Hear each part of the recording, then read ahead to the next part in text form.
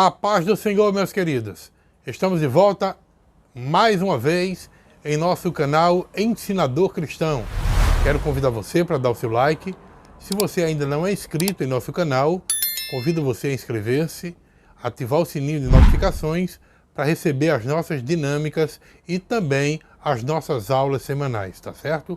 Por falar em dinâmica, logo abaixo na descrição deste vídeo, nós temos uma dica de duas dinâmicas bem interessantes para ajudar você nesta aula que nós vamos iniciar um novo trimestre, tá certo?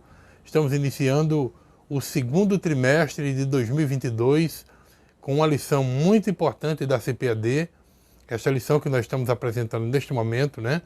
Onde trata sobre os valores do Reino de Deus, a relevância do Sermão do Monte para a Igreja de Cristo. Uma capa bem interessante, como vocês estão vendo aí, e esta lição ela será comentada pelo pastor Osiel Gomes, esse pastor que é o terceiro vice-presidente da CEADEMA do Maranhão, né? E é pastor presidente da Assembleia de Deus do campo de Tiriricau, em São Luís do Maranhão. Ele que foi por 10 anos diretor da Faculdade Evangélica do Meio Norte, lá a chamada FAEM. Ele foi também por 16 anos co-pastor da Assembleia de Deus em Coroatá, no Maranhão. E hoje é um comentarista da lição, né? Na verdade não é hoje, né? Já há algum tempo ele é comentarista das nossas lições da CPAD. É um homem muito capacitado, é formado em teologia, formado em filosofia, direito, pedagogia, psicanálise, e também ele é pós-graduado em docência do ensino superior, tendo lecionado grego e hebraico no Seminário Batista e presidido a missão evangélica Doxa. Muito bem. Então, esta lição comentada pelo pastor Osiel Gomes, que são um total de 13 lições, traz para nós 13 temáticas bem interessantes. A primeira, o Sermão do Monte, o caráter do Reino de Deus. A lição de número 2, Sal da Terra, Luz do Mundo. A lição 3, Jesus, o discípulo e a lei. A lição 4, resguardando-se de sentimentos ruins. A lição 5, o casamento é para sempre. A lição 6, expressando palavras honestas. A lição 7, não retribua pelos padrões humanos. Lição 8, sendo verdadeiros. Lição 9, orando e jejuando como Jesus ensinou. Lição 10, nossa segurança vem de Deus. Lição 11, sendo cautelosos nas opiniões. Lição 12, a bondade de Deus em nos atender. Lição 13, a verdadeira identidade do cristão. Então, esta lição desse trimestre é uma lição bem interessante, porque, diferentemente da lição que nós encerramos, que era uma lição que tinha uma cara mais de uma lição temática, porque ela, apesar de tratar sobre a Bíblia, mas escolhia temas específicos para nós estudarmos, esta lição ela é uma lição mais textual, ou podemos chamar também com cara de expositiva, né? Pois ela é uma análise do texto bíblico de Mateus, capítulo 5, 6 e 7. Então vai ser analisado texto por texto, capítulo por capítulo. Então é uma lição mais textual, tá bom? Vamos começar com a lição de número 1. Como eu disse, a lição de número 1 traz como tema o Sermão do Monte, o caráter do Reino de Deus. Então, esta lição do Sermão do Monte é uma espécie de discurso de Jesus que pode ser lido nos evangelhos de Mateus, capítulo 5, 6 e 7. E neste discurso, Jesus Cristo ele profere lições essas de conduta moral e também dos princípios que normatiza e orienta a vida do cristão. E esse discurso ele pode ser considerado por isso como um resumo dos ensinamentos de Cristo e também a respeito do reino de Deus. O Sermão do Monte, ele mostra como o cristão realmente, verdadeiramente deve viver. Então vamos iniciar tratando sobre o tópico de número 1. Tópico esse que traz como tema a estrutura do Sermão do Monte. O que é que entendemos de estrutura? Como o Sermão do Monte está organizado, estruturado. Então, por que Sermão do Monte? É importante entendermos que Jesus ele tinha o hábito de ensinar no monte, especialmente no Monte das Oliveiras, onde havia mais espaço, era um local livre, né? Provavelmente, o Sermão do Monte é o mais conhecido discurso de toda a literatura do mundo, mas, ao mesmo tempo, menos obedecido. Esse é um dos textos, ou melhor dizendo, o texto do Sermão do Monte, né? É um dos textos mais belos e também um dos textos mais conhecidos da Bíblia. John Stott, ele diz ser o mais lido e o menos compreendido e o menos praticado de todos os ensinos de Jesus. Ao estudá-lo, nós precisamos aceitar os seus ensinamentos com o máximo de seriedade, pois ele contém os mais altos padrões, os maiores valores e as prioridades do cristianismo. Nós encontramos nele tudo aquilo que Jesus desejava que os seus discípulos fossem e também fizessem. Tudo aquilo que nós devemos ser e fazer. Então o Sermão do Monte é provavelmente a parte mais conhecida dos ensinamentos de Jesus. Embora se possa argumentar que ele seja menos compreendido e certamente menos obedecido, mas de tudo o que ele disse, essas palavras, elas são as que mais se aproximam de um manifesto, pois descreve o que ele desejava que os seus seguidores fossem e também fizessem. No livro escrito pelo escritor da lição, ele fala o seguinte: o último ponto apresentado é o da questão da elaboração temática. Nesse particular, assegura-se que o Sermão do Monte segue um curso normal. Ele tem começo, meio e fim. O Sermão do Monte, ele tem uma ideia central que se espalha no seu todo, sendo desenvolvida até chegar ao seu clímax final. Nisso consiste a sua unidade. Essa ideia é o Evangelho do Reino. De modo que reino dos céus e reino de Deus são semelhantes, sendo a primeira usada por Mateus e a segunda usada pelo evangelista Lucas. O número 2 desse primeiro tópico trata sobre a estrutura do Sermão do Monte. O comentarista John Stott, no seu livro Contra a Cultura, a mensagem do Sermão do Monte, ele nos traz uma estrutura do Sermão do Monte muito interessante que eu gostaria de passar para vocês. Em primeiro lugar, ele mostra que o capítulo 5, versículos do 3 ao 12, trata sobre o caráter do cristão. As bem-aventuranças, elas enfatizam 8 sinais principais da conduta e do caráter do cristão, especialmente em relação a Deus e aos homens, e às bênçãos divinas que repousam sobre aqueles que externam esses sinais.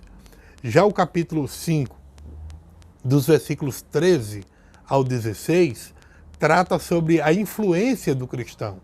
As duas metáforas do sal da terra e luz, ela indica a influência que os cristãos eles devem exercer para o bem da comunidade e tão somente se mantivessem o caráter distinto conforme descrito nas bem-aventuranças. Já dos versículos 17 até o 48 do mesmo capítulo 5, trata sobre a justiça do cristão. Qual deve ser a atitude do cristão para com a lei moral de Deus? Ficaria a lei propriamente dita abolida na vida cristã? Como estranhamente afirmam os advogados da filosofia da nova moralidade e aqueles da escola do não mais sob a lei? Claro que não. Jesus ele não tinha vindo para abolir a lei e os profetas. Ele mesmo disse isso, mas para cumpri-las. Já o capítulo 6, versículos do 1 até o 18, ele trata sobre a piedade do cristão. Em sua piedade ou devoção religiosa, os cristãos eles não devem se acomodar nem com o tipo hipócrita dos fariseus, nem com o formalismo mecânico dos pagãos. A piedade cristã, ela deve destacar-se acima de tudo pela sinceridade dos filhos de Deus que vivem na presença de seu Pai Celestial. O mesmo capítulo 6, versículos do 19 até o 34, trata sobre a ambição do cristão. O mundanismo do qual os cristãos eles devem fugir pode ter aparência religiosa ou secular. Por isso, nós devemos ser diferentes dos não cristãos. Não apenas em nossa devoção, mas também em nossas ambições. Cristo ele modifica especialmente a nossa atitude para com a riqueza e também para com os bens materiais. É impossível adorar a Deus e ao dinheiro ao mesmo tempo. Temos que escolher um dos dois. Já o capítulo 7, versículos do 1 até o 20, ele trata sobre o relacionamento, ou melhor dizendo, os relacionamentos do cristão. Não devemos julgar o nosso irmão, mas servi-lo. Devemos também evitar oferecer o evangelho àqueles que decididamente o rejeitam. Devemos também continuar orando ao nosso Pai Celestial e tomar cuidado com os falsos profetas que impedem que muita gente encontre a porta estreita e o caminho difícil. Já os versículos do 21 ao 27, do mesmo capítulo 7, ele trata sobre uma dedicação cristã. O último item apresentado pelo todo do sermão relaciona-se com a autoridade do pregador. Não basta chamá-lo de Senhor ou ouvir apenas os seus ensinamentos. A questão básica é se nós somos sinceros no que dizemos e também naquilo que fazemos, ou também naquilo que ouvimos. Deste compromisso depende todo o nosso destino eterno. Então, basicamente, é isso a estrutura do Sermão do Monte nos 3 capítulos. Já o subtópico de número 3 do primeiro tópico, ele trata sobre a quem se destina o Sermão do Monte. É interessante isso porque os luteranos eles afirmavam que os ideais do Sermão do Monte eram tão belos que não podiam ser realizados, de modo que Jesus os ensinou para apenas mostrar a influência humana. Já a Igreja Católica, no período medieval, ela acreditava que o Sermão do Monte estava destinado somente àqueles que procuravam a perfeição, mas não era mandamentos para todos os cristãos. Mas, na verdade, o que podemos entender disso? A quem, na verdade, se destina o Sermão do Monte? Na verdade, irmão, o Sermão do Monte ele foi dado para todo aquele que já vive o reino de Deus aqui na terra. O reino de Deus não vem de uma maneira visível, nem dirão ele aqui ou ele ali, pois o reino de Deus está dentro de nós. Disse Jesus no Evangelho de Lucas, capítulo 17, versículos 20 e 21. Este foi o motivo que Jesus dirigiu as suas instruções não ao público em geral, mas aos seus discípulos e os seus seguidores. Veja o que diz Mateus, capítulo 5, versículos 1 e 2. Jesus, pois, vendo a multidão, subiu ao monte e, tendo-se assentado, aproximaram-se dele os seus discípulos. O que quer dizer aqui discípulo? Discípulo quer dizer aprendiz, aluno, seguidor, e ele se pôs a ensiná-los. Então, possivelmente, irmãos, muitas outras pessoas ouviram o que Jesus dizia aos seus discípulos, mas os ensinamentos eram claramente direcionados não aos curiosos e aos descrentes que frequentemente o cercavam, não, mas aqueles que já o haviam aceitado como mestre e como Senhor. João capítulo 13, versículo 13, Jesus diz: vós me chamais mestres e Senhor, e dizeis bem, porque eu sou. Como diz o pastor Osiel Gomes, entendemos que a ética de Cristo, presente no Sermão do Monte, pode ser vivida e praticada por cada um de nós. Claro, não por nossa própria força, por nossa própria capacidade, mas sim por meio da graça de Deus em nossa vida, pela nova posição que desfrutamos por causa da justiça de Jesus implantada em nós. De modo que não podemos jamais olhar para tais palavras como sendo impossíveis de serem cumpridas. O segundo tópico da nossa lição traz como tema as bem-aventuranças e o caráter dos filhos de Deus. Número 1. O que são as bem-aventuranças? As bem-aventuranças são os ensinamentos de Jesus que ele pregou no Sermão da Montanha ou no Sermão do Monte. As bem-aventuranças são um conjunto de bênçãos que Jesus declarou para as pessoas que estivessem vivendo no centro de sua vontade.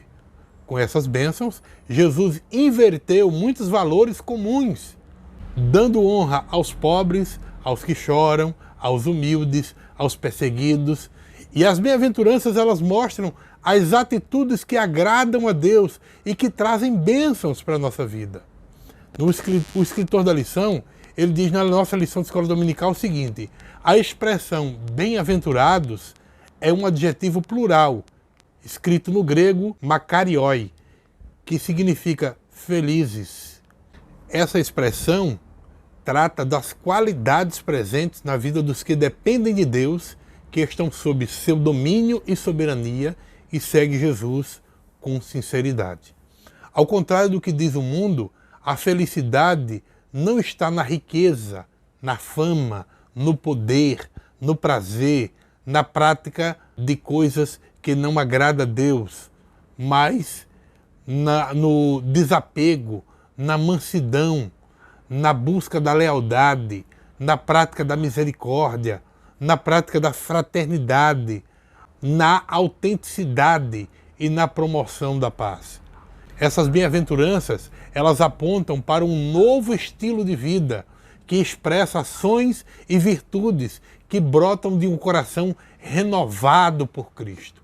Ou seja, daquele que a vida de Cristo foi implantada em seu ser e que não vive mais segundo os padrões do mundo, mas conforme a política do reino de Deus.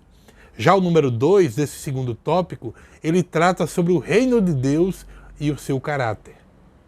As bem-aventuranças, elas anunciam também a vinda do reino de Deus através da palavra e da ação de Jesus, que torna a justiça divina presente no mundo.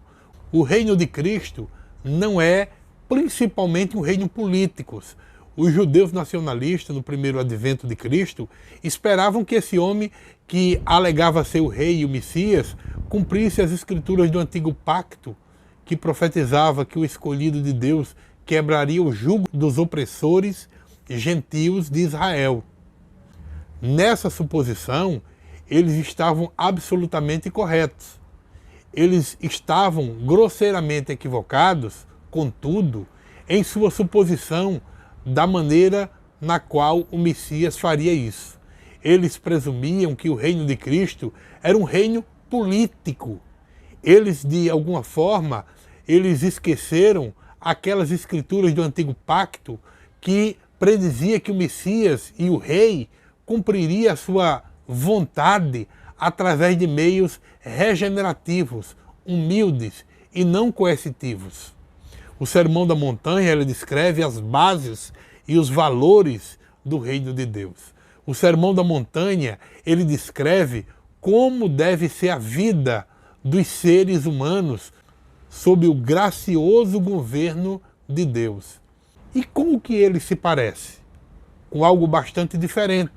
Jesus afirmou que os seus verdadeiros seguidores, os súditos do reino de Deus, eles devem ser totalmente diferentes dos demais. Eles deveriam imitá-lo ao invés de seguir os exemplos das demais pessoas e, desse modo, provar a sua identidade de filhos genuínos de seu Pai Celestial. A igreja é consciente da existência do reino presente e vindouro. Por isso, passa a ser um instrumento de Deus na terra para a introdução deste reino. O número 3 desse segundo tópico trata sobre os súditos do reino de Deus.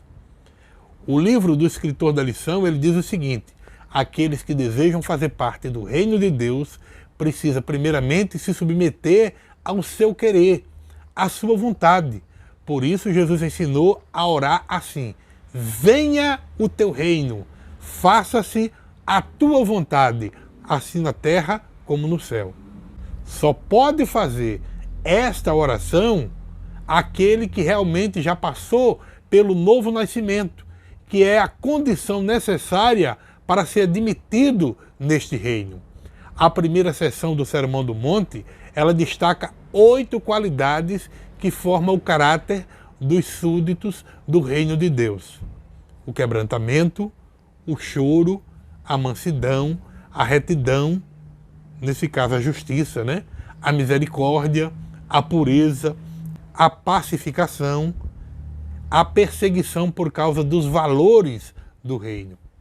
Portanto, o reino de Deus é um reino celestial, não é um reino humano. O reino de Deus é um reino espiritual. Se ele é celestial, logicamente também é espiritual. O reino de Deus é um reino eterno. Isso é o que é o mais importante.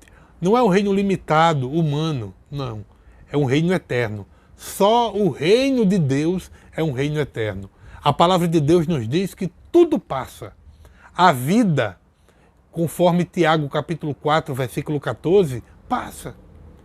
Tiago diz assim: digo-vos que não sabeis o que acontecerá amanhã. Porque o que é a vossa vida? É um vapor que aparece por um pouco e depois se desvanece.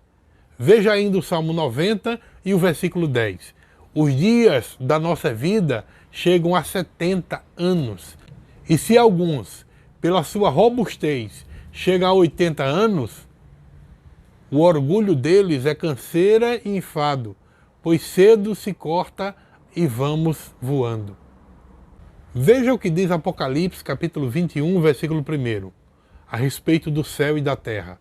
E vi um novo céu e uma nova terra, porque já o primeiro céu e a primeira terra passaram, e o mar já não existe. Quando se fala a respeito dos dons e da ciência, segundo aos Coríntios capítulo 13, versículo 8 diz: o amor nunca falha, mas havendo profecias, serão aniquiladas, havendo línguas, cessarão, havendo ciência, desaparecerá. Então perceba que tudo aqui na terra é passageiro, é provisório. Só o reino de Deus é um reino eterno. O terceiro tópico da nossa lição traz como tema: somos bem-aventurados. E aí começa falando sobre a beatitude na vida dos salvos. Bom, Russell Norman Champlin conceitua as bem-aventuranças como promessas feitas aos discípulos fiéis dos céus. Segundo o mesmo teólogo, as bem-aventuranças mostram como seremos abençoados se fizermos disso as regras de nossas vidas. Somente aqueles que estão em aliança com Deus são bem-aventurados. E somente aqueles que foram redimidos por Jesus, o Cristo, são bem-aventurados. Somente aqueles que estão unidos a Cristo pela fé são bem-aventurados. Como crentes, somos bem-aventurados em Cristo, porque Cristo levou a maldição do pecado por nós. e sofreu a ira de Deus por nós. Se alguém não está em Cristo e nunca confia em Cristo, ele provará que já está condenado. Suas bênçãos aparentes acabarão por redundar em sua condenação. A felicidade do crente não resulta de seu próprio esforço e não está dentro de si mesmo o que ele deseja. Ela vem de cima e a partir de uma nova natureza que é implantada no seu ser. Assim, procedendo conforme a palavra de Deus e obedecendo-lhe, o crente desfruta das bênçãos que acompanham a salvação e na sua vida as bem-aventuranças estão presentes. Veja o que diz aqui a revista Ensinador Cristão a respeito da felicidade. O que é felicidade? A felicidade é apresentada no sermão e muito diferente, ou seja, é muito diferente dos dias atuais, bem como da época em que o Evangelho de Mateus foi escrito. 8 beatitudes que mostram uma verdadeira felicidade são virtudes rejeitadas por um público materialista, cuja felicidade se resume nos prazeres ou no uso da força. A singeleza do Sermão do Monte nos lembra de que o reino de Deus, quem chora é feliz, quem deseja a retidão é feliz, o manso é feliz, o pacífico é feliz. O que é a felicidade para nós hoje? Bem interessante, né? O que diz aqui a nossa revista Ensinador Cristão. Bom, o número 2 desse terceiro e último tópico, ele trata sobre a prova de que o cristão é bem-aventurado. Bom, é por meio das bem-aventuranças que se pode constatar que o crente realmente é uma nova pessoa, pois ela, ou melhor dizendo, pois elas descrevem a sua verdadeira condição espiritual, não esboçando qualquer atitude de grandeza, de superioridade ou de orgulho, mas sim de humildade, o que é aprovado por Deus, de acordo com Tiago, capítulo 4, versículo 6. Os humildes de espírito sempre reconhecem a sua pobreza espiritual. É por isso que eles se voltam para Cristo, que supre tais necessidades e os faz herdeiro do reino. Aqueles que realmente estão vivendo a nova vida proposta por Cristo continuam a expressar tais condições no seu viver diário, evidenciando fome e sede de justiça, ou seja, paixão profunda pela justiça social, não desejando proceder espiritualmente como os escribas e fariseus, mas tendo uma nova justiça, a qual vem do próprio Jesus Cristo.